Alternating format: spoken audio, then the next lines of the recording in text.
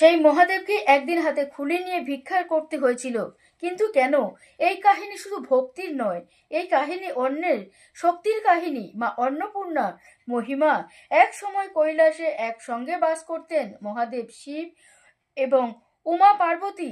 একদিন শিব বললেন, এই সংসার মায়ার, এমনকি মানুষ যে অন্ন গ্রহণ করেন সেটাও মায়ার। এই কথা শুনে মাতা পার্বতী ক্রুদ্ধ হয়ে উঠলেন, কারণ অন্নই তার রূপ। তিনি বললেন, যদি অন্য মায়া হয় তবে আমি মায়া।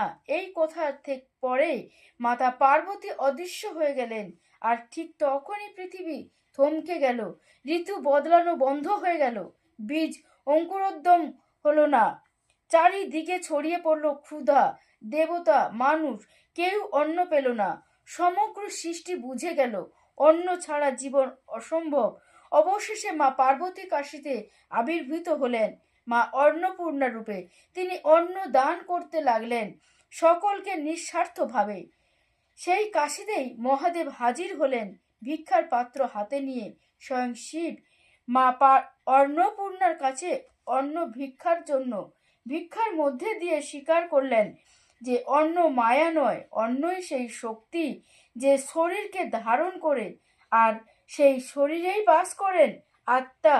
আর সেই থেকেই মাতার নাম হলো অন্নপূর্ণা, যিনি অন্ন দিয়ে সকলকে পূর্ণ করেন। কিন্তু এখানেই কাহিনী শেষ নয়।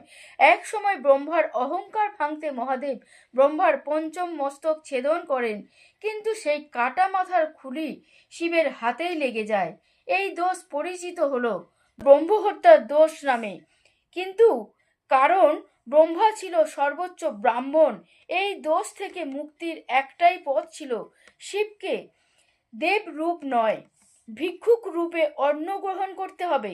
তাই মহাদেব ধারণ করলেন ভিক্ষাটন রূপ, হাতে খুলি, লোকের পাপ বহন করে দাঁড়ে দাঁড়ে ঘুরতে লাগলেন।